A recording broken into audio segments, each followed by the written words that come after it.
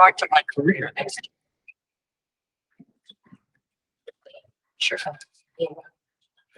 All right, make the agenda a little bit bigger. Yes. Tease up your minutes. Yep. Yes, I'm here. I have 1:30. Hello, everybody.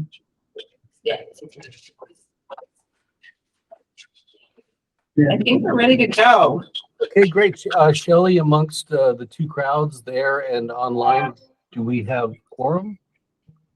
Let me take roll call for you, Dr. Woolridge. Heather Berner. Call the meeting to order. Thank you. Yep, sorry. Heather Berner. Present. Thank you. Dr. Woolridge, Chief Pro.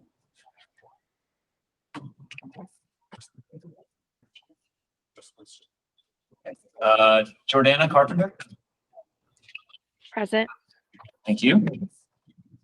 Tony Giardino. Earlier, she might be late. Vicky Kovach, do you hear? I think I got a message. Heather Miller.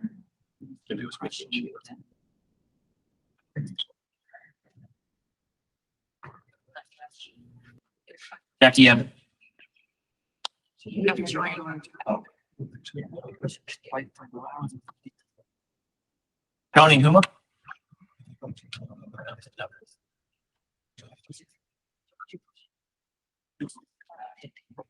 You got Ann Stafford. Rama.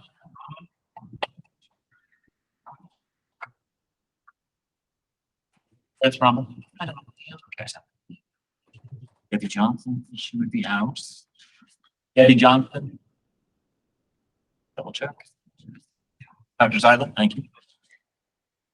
Here we go.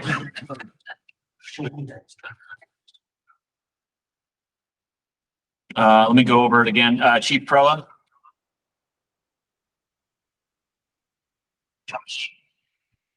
Tony Caradino.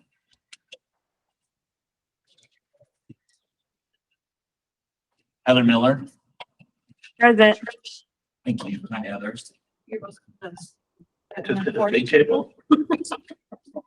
Thank you. Tony Huma. Ms. Rama, could you jump on?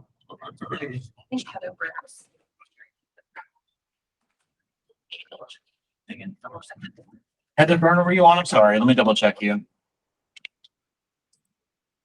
I don't know.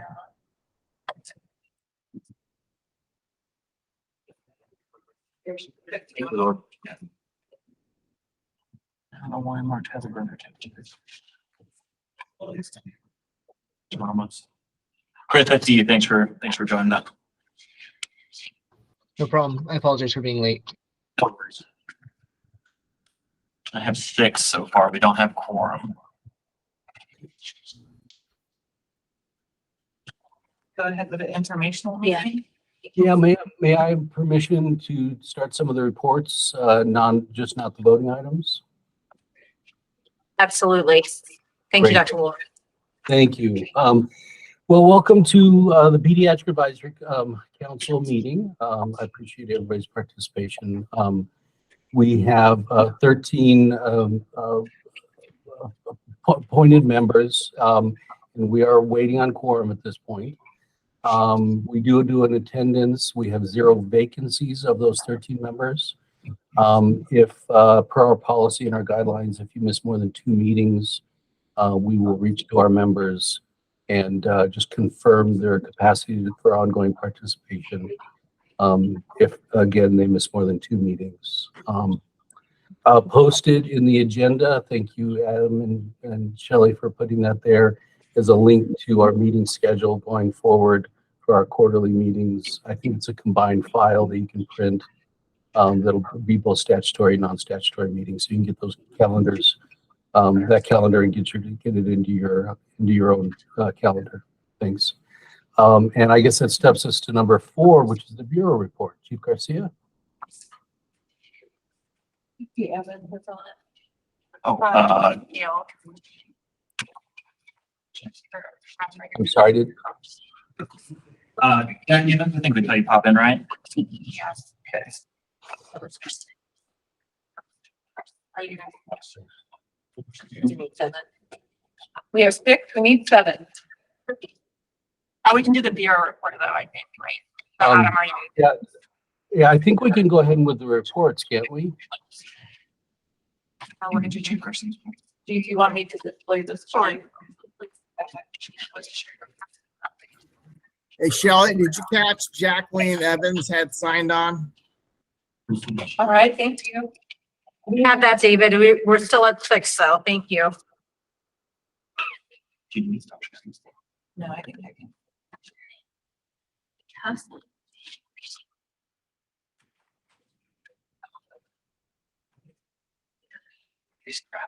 Okay, who wants to do bureau report?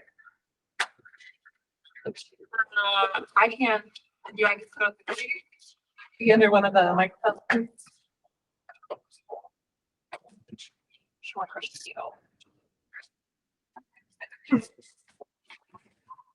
So thank you for everyone coming. Here is an updated organizational chart. We just wanted to show everyone where the Bureau of EMS is with that kind of structure here. So we're right under Sheila, who's the Deputy Director of Public Health Services, and then you see Lazar, who's the Assistant Director for Public Health Preparedness. So that is where we fit in. This is just an update on our budget. We are able to provide $850,000 approximately for the regional councils this year. So that is a little over 200,000 each region. So we thank all of the regions for all of your work, especially as it pertains to pediatrics. Just a snapshot of kind of the numbers of the EMS and trauma for reference. So just so everyone knows, we do have over 21,000 certified EMPPs in the state, which is crazy. Great. We have been in the midst of a transition with AZ peers and data submission. So we just wanted to thank all of the agencies that have successfully transitioned to submitting the 3.5 data.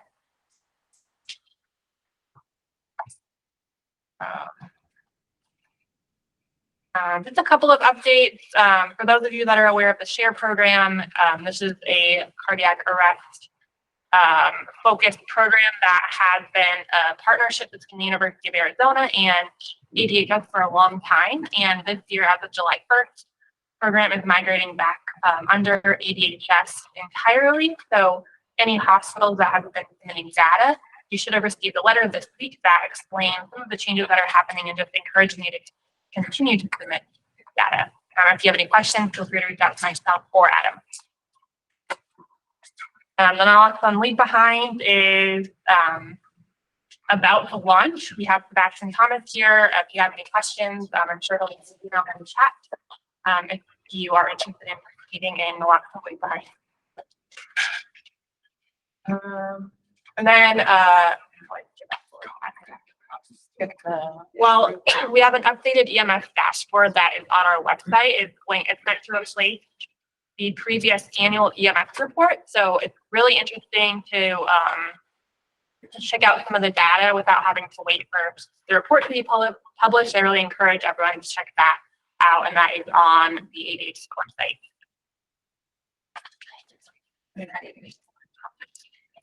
Okay. Great. Thank you, Julie. I think that was Julia, who was speaking. Yes. Sorry, that was Julia. Yeah, that was Julia. Yeah, thanks for scanning in there. I appreciate it.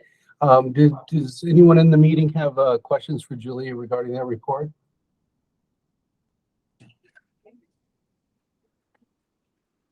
Okay, well, that steps us to 4B on our agenda.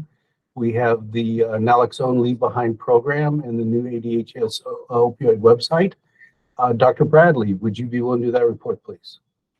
I think Julie covered that really nicely. So we are at the point that we are live with the training. So anyone who is interested in enrolling your agency, please contact Sebastian. Right, information in the chat. And yes, his info's in the chat. Great. All right, thank you. And then the next item is recognition of EMS agencies. We have David Harden. Hi, everyone. Julia, I'm sorry, Shelley, can you share the screen that shows the PowerPoint, or you already want me to share my screen? Do I have the PowerPoint? The slide bureau report slide? Yeah, pull up the presentation I had submitted for this meeting on recognition. Something you emailed to me today? No, it was a while back. Why don't you go ahead and share your screen, David? Will do.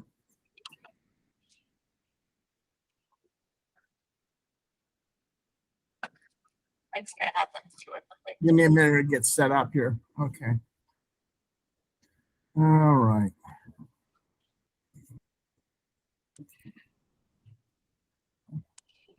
Okay. All right. Can everybody see that okay? Yes. Yes. All right.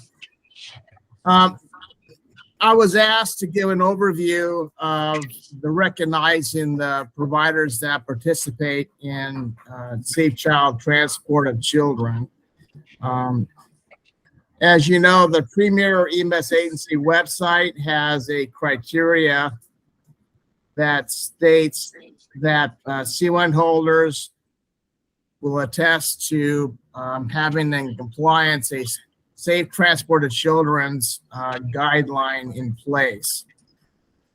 What does that mean? Well, basically, we have a national standard, which I'll show you at the end of the meeting, that identifies the type of devices and the conditions under which the devices are utilized for the safe transport of children. In other words, it's a type of way of restraining the child, either supine or standing or sitting, that they're basically safe during the transports from either a crash or an injury that may cause further harm. Now, why is it important to have a safe transport of children policy and devices in place? Now, the data I'm showing you here is from 2015 to 22 from the Arizona Department of Transportation crash reporting data system. As you can see, we had a total of 412 crashes in Arizona within that time frame that involved ambulances, of which 109 had incurred injury, 3 had included fatal type crashes, and 300 were property damage only. So the majority are property damage only. Now, amongst the ambulance occupants that were involved either by injury or fatality, 31 drivers were injured. 1 was fatal. And of the passengers in the back in the patient compartment, 46 were over age 17 and 3 were 17 years of age or younger. Now, as I mentioned here in the note, that of the 3 fatalities involved, 1 was an ambulance driver, 1 involved a driver of an ambulance vehicle that struck an ambulance, and the other involved a bicyclist hit by the ambulance. The driver of the other vehicle who was killed and the bicyclist who was killed were both over 17 years of age. But anyway, what this necessitates is the idea that, crashes do happen with ambulances. This is a national trend. It's getting more recognition nationally. So part of the basis for making sure we have proper restraining materials and devices in place for pediatrics at this point goes to the chance of the risk of crashes that involve ambulances. Now, I'm going to show you some websites here. One is the Pediatric Transport Products by Ground Ambulance version. That was as of June of 2022. And what this does is it kind of describes the types of devices that are available for purchase by ambulance companies to restrain their the pediatric patients during transport to ensure they're safe while they're being transported. I should point out that there is no federal or industrial consensus standards on the use of secure children in ambulances. So that's something that's being addressed nationally right now. So I know there's funding that's been made available at the national level to start testing the equipment to define what these consensus standards should be. But right now, there is no federal or industrial standard consensus on the use and securing of children in ambulances. So that's down the road. Okay, so the next topic is through the National Highway Transportation Safety Administration did a blue ribbon panel back in 2012 that tried to establish guidelines as to what types of devices and circumstances under which patients should be transported securely. And they came up with several categories. I'm sorry, going down the line here. Trying to get to the main meat of this document. You have 5 different situations. They call situations 1 through 5 based on the severity of the patient's condition and how they would be restrained during transport. And then they go back and they identify, here's situation 1. For example, a child who was uninjured, not ill, and accompanied by an injured or ill patient. So for example, the mother got injured in the crash and the child and the patient being transported while the child is not injured. So there's some ideas and conditions on what types of, how these patients should be restrained during transport. So those are some very, and all this information is available on the Bureau's Premier EMS Agency website as well. So there are some conditions that are involved, how you would determine what type of devices to utilize under the patient's condition. Now, as far as ambulance crashes concerning the SEMSO, this is some data going back several years up to 2020 that identifies the number of patient-involved fatalities from 1936, if you can believe that. They went that far back. But anyway, it goes up to that time frame of 2020. This is through the SEMSO's data website. Now, what we have also is another link for information. It has to do with possible fact sheet. This fact sheet was generated in 2012, and it goes through 1992 through 2011. And it might be interesting to see if there's a way we could develop a new fact sheet that incorporates more current data. So that might be something that the PACES may want to undertake as a project, as to how we would develop a informatics document that could be generated to help improve and address pediatric patient transports, as far as make sure they're safe while they're being transported. That's all I have. I'm open for questions if anybody has any at this point.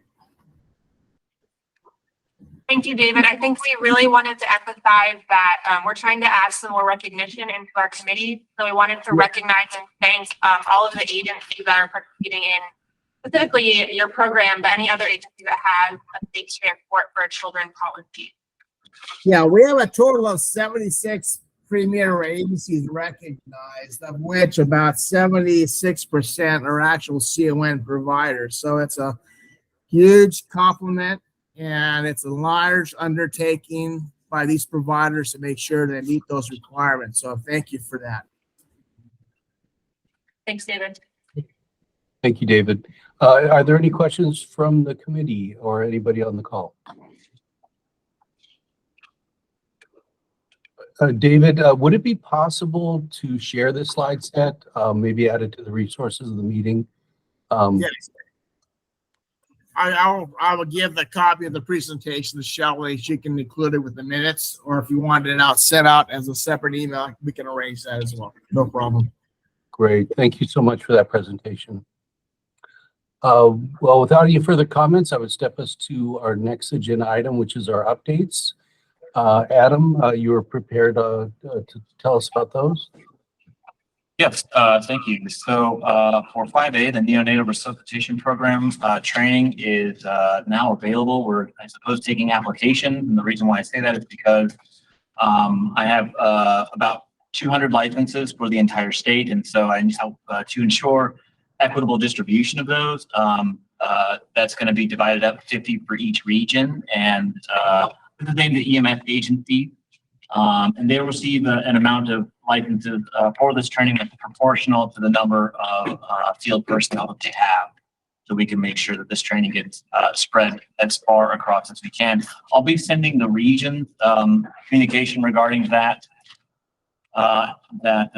form and that program. I'll put a link in the chat for those of you that can help me that would like to help me distribute it. But that link will lead you to this form, which just has a couple of basic questions: your name and email and agency. And then an email will follow up with instructions about how to actually enroll in the NRP program. The note about this program is that it is the lecture portion only. If the student wishes to complete the full certification for neonatal resuscitation provider, they would have to follow up in person, utilizing the instructor, utilizing the master scheduler at the end of the lecture portion. So please share that with the EMS agencies. It would be probably most advantageous to target the training personnel in the training departments or training captain that's at respective agencies, but it's not exclusive to them. It's available to anybody depending on how many applicants I get. The EMSC and our Family Advisory Network member, Jordana, we both attended the NATEMSO Pediatric Emergency Care Council in Reno this past month. The important highlights were a presentation on the upcoming pediatric pre-hospital pediatric readiness program, which is going to gather baseline data regarding pediatric readiness in the pre-hospital setting.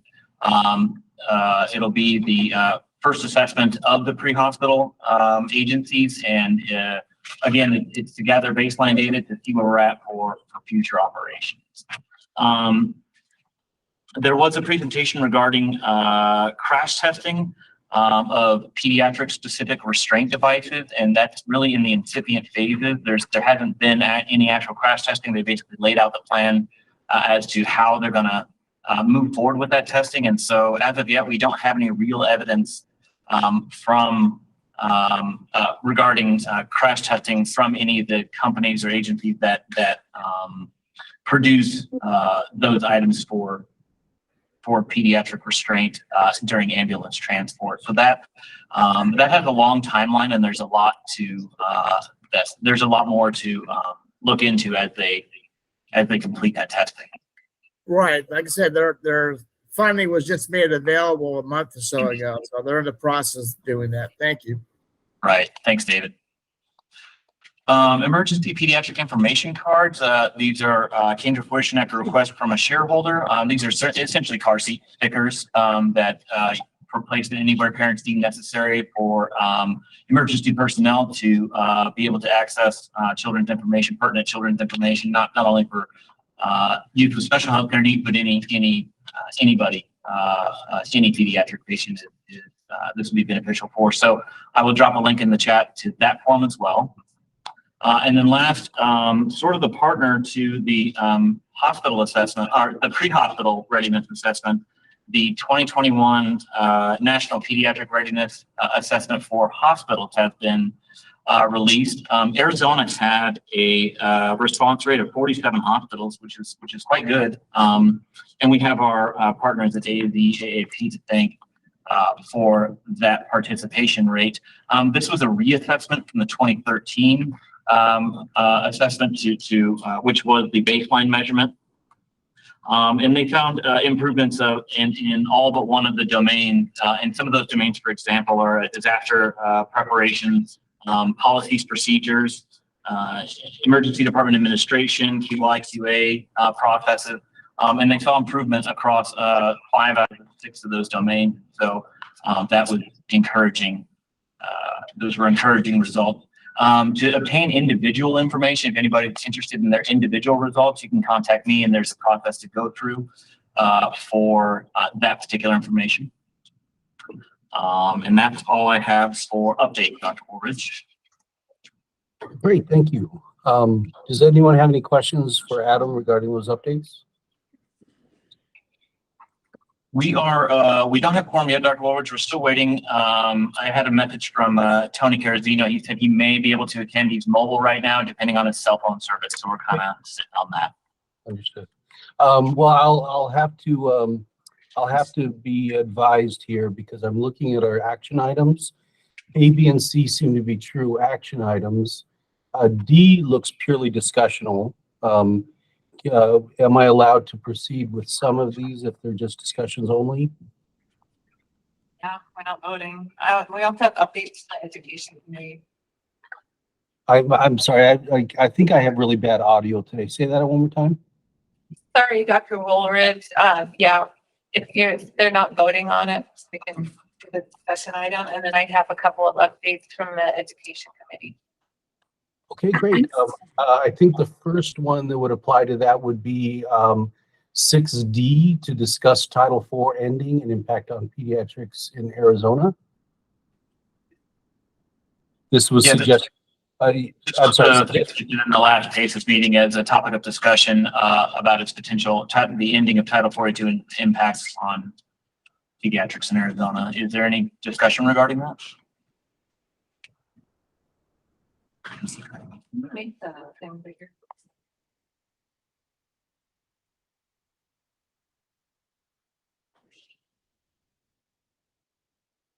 Teresa, I don't know. Hearing no discussion, Adam, would you be willing to, we can step to the next agenda item, but Adam, would you be willing to show us the emergency guidelines for schools so people can have a brief look at it? It's a very long document. Yes. But I think we could nominate a volunteer. I don't think that requires a vote, just individuals who want to volunteer. And again, this is agenda item 6C, Charlie. Right. This item was, we were approached by the Arizona Department of Education and the School Nurse Professional Development Committee. They reached out to ask us to review what they're calling the Red Book, which is their emergency guideline for schools, what you're looking at here. So our ask was to solicit volunteers to help us go through this and update it where necessary.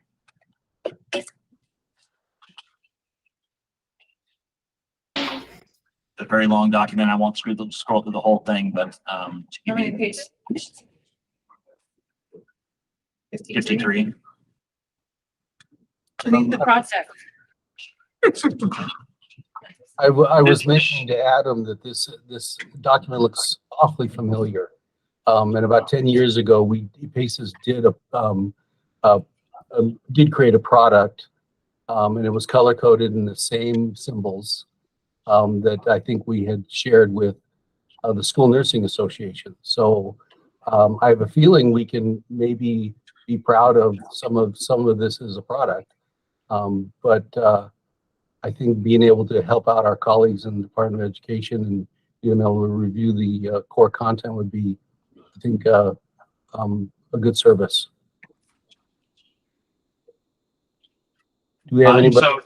So this isn't the PACES work group. This is more of an external app for to assist in those meetings with those that reached out. So it is not a work group in and of itself. But anybody on the meeting who would like to be able to further review this and give comments and feedback? Ms. Jordana, I would. Great. Thanks, Jordana.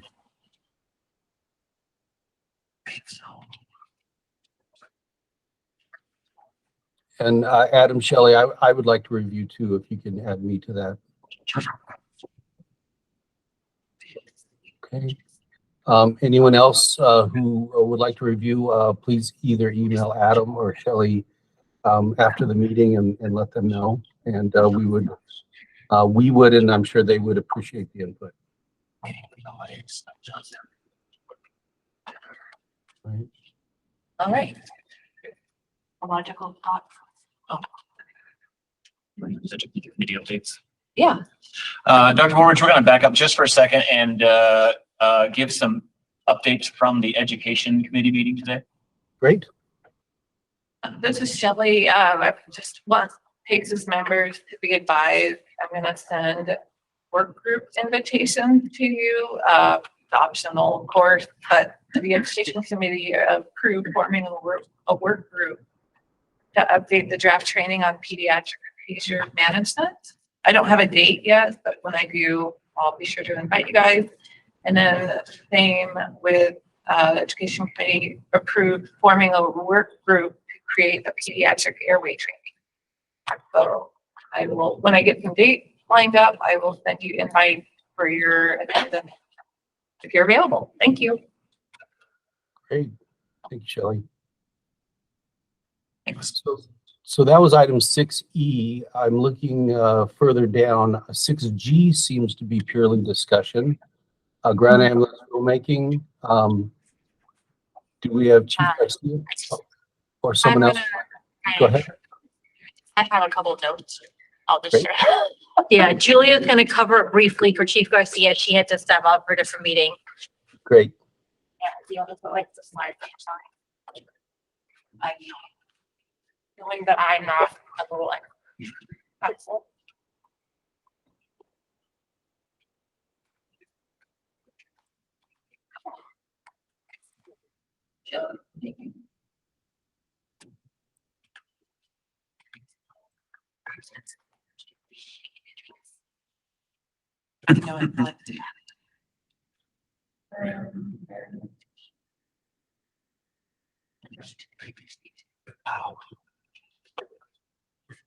Okay.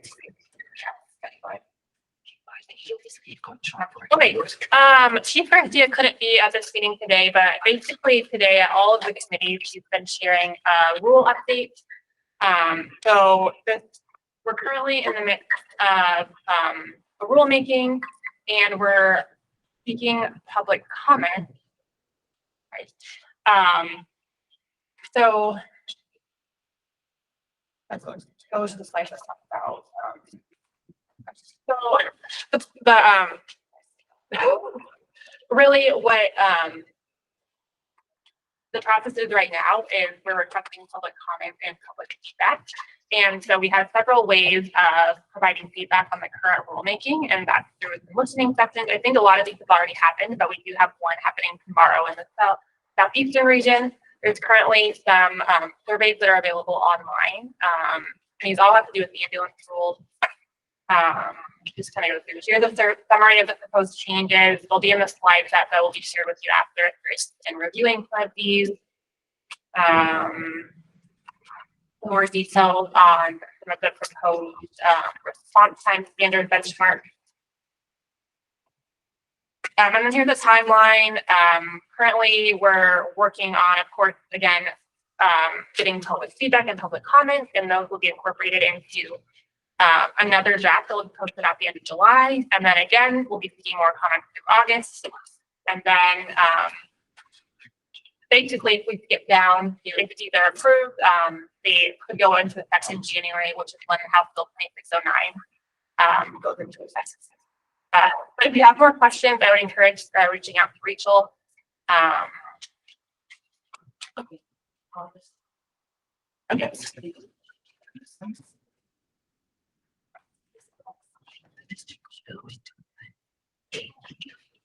great. Any questions from the group for Julia on that?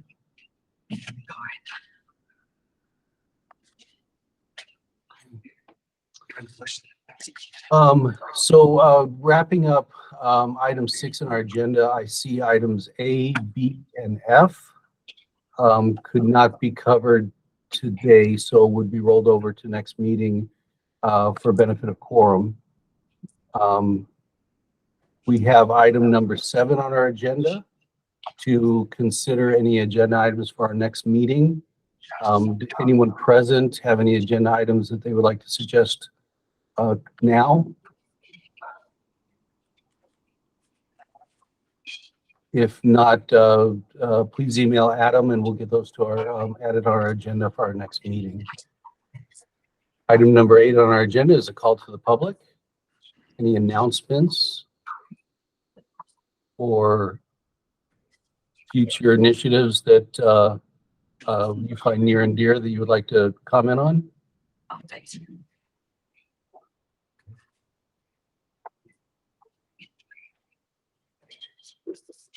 Hearing none, we have a list of a very long, pretty generous list of upcoming events in August, September, and October. Those are all linkable by your agenda if you want to look into those further so you can get them into your calendar. Our next meeting will be November 16th. And do we have any other further comments from attendees? I apologize to the group for the absence of quorum. We will step those items forward for our next meeting. And without further comments or agenda items to cover, we'll adjourn our meeting. Thank you, Dale. Thank you, everybody.